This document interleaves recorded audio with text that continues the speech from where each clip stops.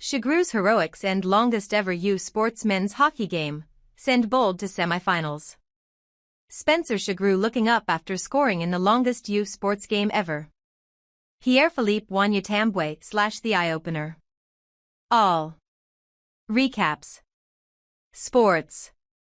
Shugrue's heroics end longest-ever U Sports men's hockey game, send Bold to semifinals. March 21, 2025.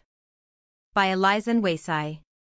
After 143 minutes of play and 6 hours from puck drop to end, the fatigue was setting in for the Toronto Metropolitan University, TMU, Bold men's hockey team. Despite a slow start, they dragged the game to a fifth overtime against the Mount Royal Cougars. In the end, it was first-year forward Spencer Shugrue who wore the hero's cape for the Bold. The longest U Sports men's hockey game ever came to an end after third-year defenseman Evan Brand launched the puck into the offensive zone, creating a scramble in front of the net.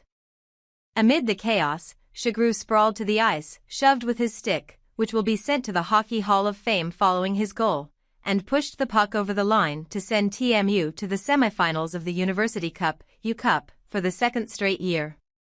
It's a game that happens probably once in a lifetime. 5 overtimes is pretty crazy, so to get the win and end up on the right side is just an awesome feeling, said third-year goaltender Kai Edmonds.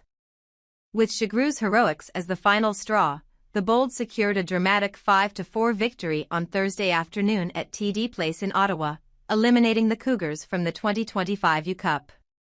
The high-stakes contest, which extended into 8 periods, made history as the longest U Sports men's hockey game ever recorded.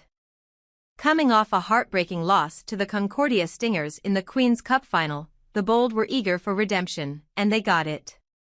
Meanwhile, the Cougars were also seeking to rebound after a loss against the Saskatchewan Huskies, which left them second in Canada West. With both teams hungry for a comeback, the stage was set for an unforgettable clash, especially in an unprecedented matchup. The Bold have never faced the Cougars in recorded history. It's fun to play teams you've never seen before. It's exciting. And you learn as you go. It's a game of adjustment, said Bold head coach Johnny Ducko. The intensity was evident from the opening face-off, with both teams matching each other's pace. A turning point came when first-year Bold forward Jordan Dentino was called for high sticking on a follow-through. The penalty meant TMU would have to face a team with the second-best power play in the nation at 29.5%, a challenge that quickly proved costly. Third-year Cougars defenseman Clay Haynes, the reigning U Sports Men's Hockey Player of the Year and Defenseman of the Year, sent a blistering shot off the bar past Edmonds, giving Mount Royal a 1-0 lead. Haynes is an amazing young player and he's just talented and he's always had that talent, said Mount Royal Cougars head coach Bert Gilling. He got into strength and conditioning the last 2 summers and he needed that. He went pro after junior and then he came to us and that time's been really good for him, so he's taken his game to another level. Late in the first period, tensions flared in front of Edmonds after contact from a Cougars player, resulting in a power play opportunity for TMU. Just a second later, a face-off violation by second-year Cougar Tristan Zandi gave the Bold a 5-on-3 advantage. They seized the moment as third-year defenseman Jayden Kandata and Dentino executed a seamless passing sequence, culminating in Kandata rifling the puck into the net. Mount Royal struck again just over a minute into the second period, capitalizing on another power play after third-year Bold forward Ian Martin was called for slashing. First-year forward Teague Patton made a pass from just above the red line to the crease, where fourth-year forward Robbie Holmes redirected the puck past Edmonds. A short time later, the Cougars extended the lead to 3-1. First-year forward Jaden Weens took a shot from the blue line, which Edmonds thought he had secured, but the puck slipped through his pads allowing fourth-year forward Spencer Moe to tap it home. An issue with Edmonds' skate meant the Bold had to swap him out of the crease for third-year goaltender Ryan Dugas. During his brief stint, the Cougars appeared to score a fourth goal as a puck fluttered over Dugas' head, but it was overturned due to Mount Royal being offside. "I didn't get pulled," said Edmonds. I had a bit of a lace issue and I went to talk to the ref to see if I could go to the bench, and then he told me that because I came out and he said I crossed the red line, I had to switch. It was not ideal. TMU pulled one back in the final minute of the second period. Third-year forward Connor Bowie set up fourth-year forward Kevin Gersoy with a drop pass in the red circle, where Gersoy unleashed a thunderous slapshot past Farkas, cutting the deficit to 3-2. Suddenly, rather than being down 4-1, the Bold were within striking distance with 20 minutes to go in regulation. We were down 3-1, 4-1, goal called back, looking like we weren't really in it, and there's never a doubt, nothing but the utmost belief in that group, that we're going to find a way to get it done, said Ducko. Kudos to them to find a way. The third period opened in similar fashion to the second, as Patton struck again just over a minute in, restoring Mount Royal's two-goal cushion. The Cougars ramped up their speed, while TMU played with desperation, peppering third-year goaltender Shane Farkas with shots but failing to break through until they did. Third-year defenseman Joseph Ianiello fired a shot that rebounded off Farkas' pads, where Martin was waiting to bury the loose puck, to no avail. Minutes later, a miraculous stretching save by Edmonds led to a chance the other way.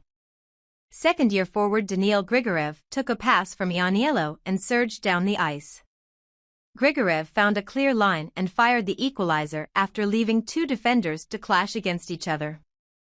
For the rest of the period, there were high-risk shots and notable saves from Farkas and Edmonds, who won Player of the Game, but no rewards, forcing the game into what became a round of historic overtimes. Edmonds is the best goalie in the country, back-to-back FISA champion as the #1 goalie in USports, said Ducko. He's a warrior, he comes to play every night and we know how talented he is. Overtime tested the endurance of both teams. In the first extra frame, Martin was called for elbowing, but the Bolts' penalty kill held strong. The game became a relentless back-and-forth battle, with neither team able to break through. Following an extended intermission due to a Zamboni issue, the second overtime saw a noticeable slowdown as exhaustion set in.